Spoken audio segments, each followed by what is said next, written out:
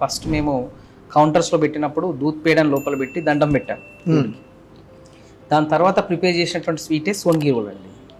ఈ సోన్గీ రోల్ అనేది ఎందుకు పెట్టామంటే కలర్ వచ్చేసరికి ఎల్లో కలర్ వస్తుంది. సోన్ అనేది ఆ రకంగా తీసుకున్నాము. రోల్ లాగా ప్రిపేర్ చేస్తున్నాం కాబట్టి రోల్ అన్న దానికి కస్టమర్స్కి అసలు what we have prepare them అనేది గీయా ఆయిల్ అనేది కొంచెం కన్ఫ్యూజన్లో ఉంటారు కస్టమర్స్. కరెక్ట్. దాన్ని బట్టి సోన్ అని చెప్పేసి గీ అని చెప్పి మేము పర్సనల్గా యాడ్ చేసుకుని సోన్ ఘీ రోల్ని పెట్టడం జరిగింది. With include added with dry fruits ఉంటాయండి, పప్పు, బాదాము, పిస్తా అన్నీ ఉంటాయి, మిక్స్డ్ ఉంటుంది.